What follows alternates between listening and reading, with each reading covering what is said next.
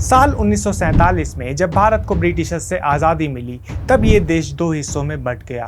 ये वाला हिस्सा बना पाकिस्तान और ये वाला बना इंडिया यानी कि भारत। लेकिन उस समय भारत का नक्शा ऐसा नहीं बल्कि ऐसा दिखता था। दरअसल उस वक्त भारत में 565 प्रिंसली स्टेट्स थे जिनमें अलग अलग राजाओं का राज था और उनमें से कई सारे राजा अपने राज्य को पाकिस्तान के साथ मिलाना चाहते थे तो कुछ इंडिपेंडेंट रहना चाहते थे। अगर ऐसा होता तो सोचिए आज हमें कश्मीर से कन्याकुमारी जाने के लिए या दिल्ली से जैसलमेर जाने के लिए अलग अलग वीज़ा और परमिशंस लेने पड़ते। लेकिन इस परेशानी को हल किया श्री सरदार वल्लभ भाई पटेल ने और सभी स्टेट्स को यूनाइट किया और बनाया एक देश एक भारत।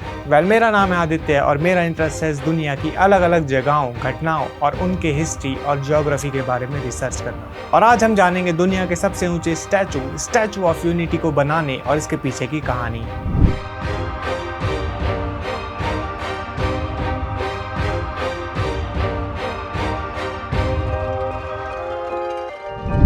अक्टूबर 2010 में श्री नरेंद्र मोदी, जो कि उस वक्त गुजरात के चीफ मिनिस्टर थे और बाद में भारत के प्रधानमंत्री बने, उन्होंने श्री सरदार वल्लभ भाई पटेल का स्टैचू बनाने का प्रस्ताव रखा। हम सरदार साहब का स्मारक बनाने के साथ साथ हिंदुस्तान के कोने कोने में फिर से एक बार एकता का मंत्र पहुंचाना चाहते हैं। ये स्टैचू अमेरिका के स्टैचू ऑफ लिबर्टी और चाइना के स्प्रिंग टेम्पल बुद्धा के स्टैचू के बाद 182 मीटर की हाइट वाला दुनिया का सबसे ऊंचा स्टैचू होने वाला था। लेकिन यकीन मानिए सरदार वल्लभ भाई पटेल ने जो देश के लिए किया वो इस स्टैचू से भी कई ज्यादा बड़ा कार्य था। 15 अगस्त 1947 में भारत को ब्रिटिशर्स से आज़ादी मिलनी थी, लेकिन इससे एक साल पहले ही 1946 में महात्मा गांधी और सभी प्रोविंशियल कांग्रेस कमेटी के साथ ये तय हो चुका था कि इंडिपेंडेंट इंडिया के पहले प्रधानमंत्री बनेंगे पंडित जवाहरलाल नेहरू, डिप्टी पीएम और पहले गृह मंत्री बनेंगे सरदार वल्लभ भाई पटेल। जहां नेहरू को भारत के इंटरनेशनल रिलेशन ठीक करने की जिम्मेदारी दी गई, वहीं सरदार पटेल को देश के इंटरनल मामलों को सही करने की जिम्मेदारी दी गई। अब जैसा कि हमने वीडियो की शुरुआत में जाना कि भारत 565 छोटे बड़े अलग अलग रियासतों में बटा हुआ था। अब क्योंकि ब्रिटिशर्स ने भारत के साथ साथ इन रियासतों पर भी राज किया था, तो 15 अगस्त 1947 में ये रियासतें भी आज़ाद होने वाली थी और ब्रिटिशर्स के जाते ही इन सभी स्टेट्स को पहले जैसी ही पावर मिलने वाली थी। अब सभी ये बात जानते थे कि अंग्रेजों का भारत को इस तरह बिखरा हुआ छोड़कर जाना सही नहीं होगा। इसीलिए इस परेशानी से निपटने के लिए और सभी स्टेट्स को एक करने के लिए पंडित जवाहरलाल नेहरू और पूरी कैबिनेट ने सरदार पटेल पर भरोसा किया और 25 जून 1947 में कैबिनेट की मीटिंग में स्टेट डिपार्टमेंट नाम का एक डिपार्टमेंट बनाया गया, जिसके हेड बने सरदार वल्लभ भाई पटेल और उनके सेक्रेटरी बने वीपी मेनन। अब इन 565 में से कई रियासतें ऐसी थी जिनके राजा अपने राज्य को पाकिस्तान के साथ जोड़ना चाहते थे, जैसे कि जूनागढ़ के राजा महाबत खान इसे पाकिस्तान में शामिल करना चाहते थे। जोधपुर के राजा हनवंत सिंह राठौर ने भी जिन्ना के साथ समझौता किया, जिसमें जोधपुर को पाकिस्तान का हिस्सा बनाने के बदले कराची पोर्ट को मांगा, जिससे कि व्यापार बढ़ाया जा सके और जिन्ना इसके लिए राजी भी हो गए थे। सरदार पटेल और वीपी मेनन ने सभी राज्यों के राजाओं से एक एक करके बात करी और उन्हें अलग अलग तरीकों से भारत के साथ जुड़ने के लिए राजी किया और लॉर्ड माउंटबेटन, जो कि ब्रिटिश इंडिया के लास्ट वाइसरॉय थे, उन्हें भी राजी किया कि वो भी इन रियासतों से भारत के साथ जुड़ने के लिए बात करें। अब ज्यादातर स्टेट्स भारत के साथ जुड़ने के लिए मान गए थे, लेकिन कुछ बड़े स्टेट्स ऐसे थे जो कि ना तो भारत और ना ही पाकिस्तान के साथ जुड़ना चाहते थे, बल्कि एक इंडिपेंडेंट देश की तरह रहना चाहते थे, जैसे कि कश्मीर और हैदराबाद। और साउथ इंडिया की एक बड़ी रियासत ट्रेवनकोर भी इंडिया के साथ नहीं जुड़ना चाहता था।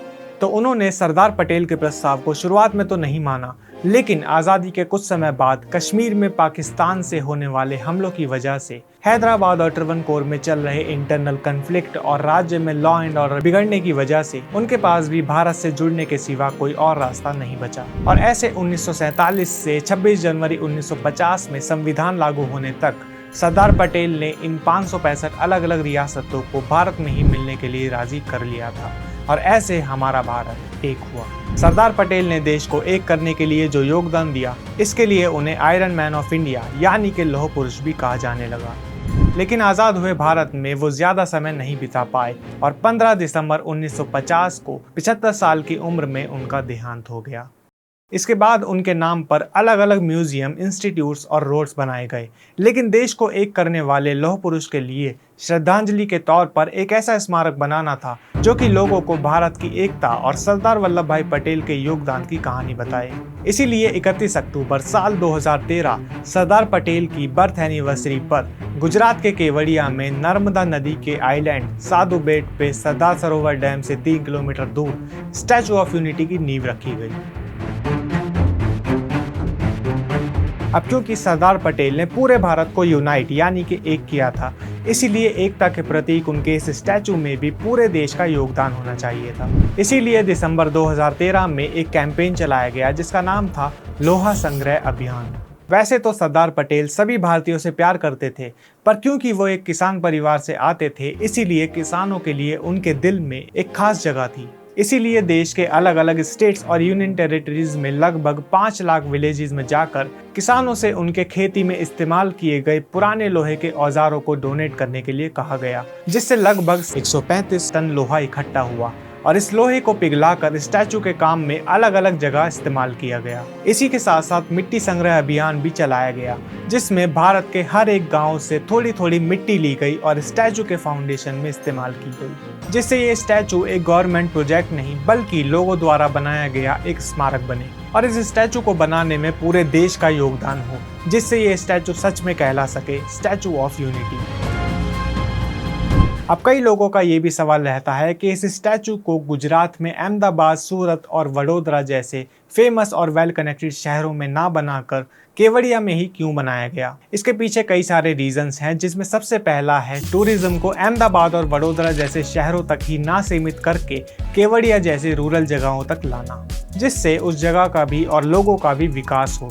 क्योंकि जब भी हम कहीं घूमने जाते हैं तो अलग अलग तरीके से अलग अलग चीज़ों में अपने पैसे खर्च करते हैं, जैसे कि उस जगह तक पहुंचने में, उसके बाद होटल में रुकना, खाना, शॉपिंग और वहां पर घूमना, जिससे वहां के लोगों को, चाहे वो शॉपकीपर हो, ऑटो चलाने वाला हो, रेस्टोरेंट में काम करने वाले लोग हों, सभी को कमाई के साधन मिलते हैं। और जब किसी जगह पर टूरिस्ट ज़्यादा आएंगे तो वहां पर होटल्स खुलेंगे, रेलवे स्टेशन बनेगा, एयरपोर्ट बनेगा, अलग अलग तरीके से डेवलपमेंट होगी, जिससे लोगों को जॉब अपॉर्चुनिटीज़ और काम करने का नया जरिया मिलेगा और उस जगह की इकोनॉमी में भी सुधार आएगा। दूसरी वजह थी अर्थक्वेक।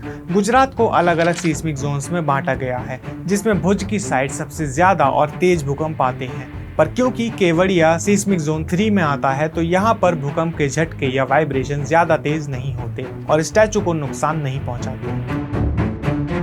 अब स्टैचू के कंस्ट्रक्शन का काम अक्टूबर 2014 में Larsen and Toubro construction company को लगभग 3000 करोड़ में दिया गया, जिसमें स्टैचू की designing, engineering, construction, exhibition hall, statue को मेन लैंड से जोड़ने वाला ब्रिज और 15 सालों तक स्टैचू की मेंटेनेंस शामिल थे।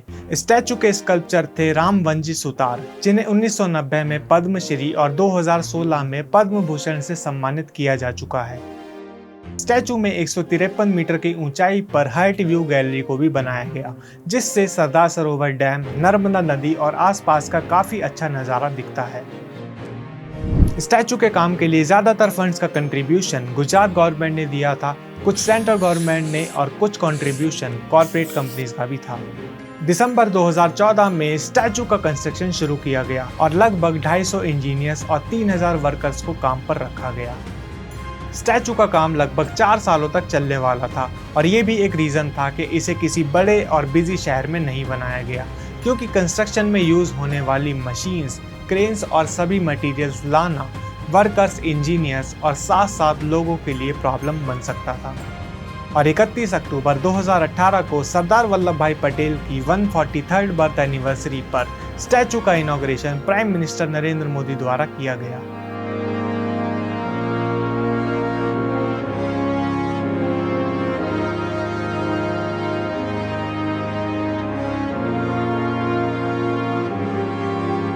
अब स्टैचू तो बनकर तैयार हो गया था, लेकिन इसके तैयार होने के बाद अचानक कई लोगों को परेशानी होने लग गई। कुछ का कहना था कि ये तो पैसों की बर्बादी है, इससे अच्छा तो स्कूल, कॉलेज या फिर हॉस्पिटल बना लेते, इस स्टैचू में लगा पैसा लगभग 100 सालों में जाकर रिकवर होगा, वगैरह वगैरह। तो उन सभी लोगों को मैं बस ये कहना चाहता हूँ कि हर चीज़ का हिसाब किताब पैसों से नहीं होता।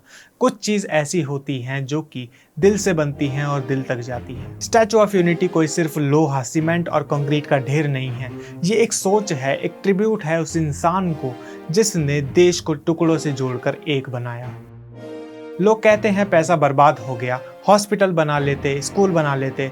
अरे भाई, वो भी बन रहे हैं, लेकिन क्या हम सिर्फ रोटी, कपड़ा और मकान तक ही सीमित रहेंगे? फिर पहचान क्या होगी अपनी? इंस्पिरेशन कहाँ से आएगी? ये स्टैचू हर रोज हजारों लोगों को रोजगार दे रहा है। हर साल यहाँ लाखों लोग घूमने आते हैं, इसे एक्सपीरियंस करने आते हैं और लोगों को सरदार वल्लभ भाई पटेल के बारे में जानने का मौका मिल रहा है। जब कोई छोटा बच्चा उस मूर्ति को देखता है तो उसके दिल में भी कुछ बड़ा कर दिखाने का जज्बा पैदा होता है। क्या ये सब कुछ नहीं है? और सोचो, आज हमारे पास एक मॉन्यूमेंट है जिसे देखकर हम कह सकते हैं, हाँ, ये हमारे देश के हीरो थे, ये है हमारी यूनिटी, हमारी एकता का सिंबल। तो जब भी कोई बोले कि इसका क्या फायदा, तो उसे ये वीडियो दिखा देना और बताना सरदार वल्लभ भाई पटेल के योगदान के बारे में। स्टैचू ऑफ यूनिटी सिर्फ एक मूर्ति नहीं है, ये एक सोच है, एक प्रतीक है एकता का, विकास का और राष्ट्रीय गौरव का। अगर आज की ये वीडियो अच्छी लगी हो तो इसे लाइक ज़रूर करें और ज़्यादा से ज़्यादा लोगों तक इसे पहुंचाएं और बताएं कहानी स्टैचू ऑफ यूनिटी और सरदार वल्लभ भाई पटेल की। मैं मिलता हूं आपसे अगली वीडियो में एक नई जगह और कहानी के साथ। Thank you so much for watching. जय हिंद।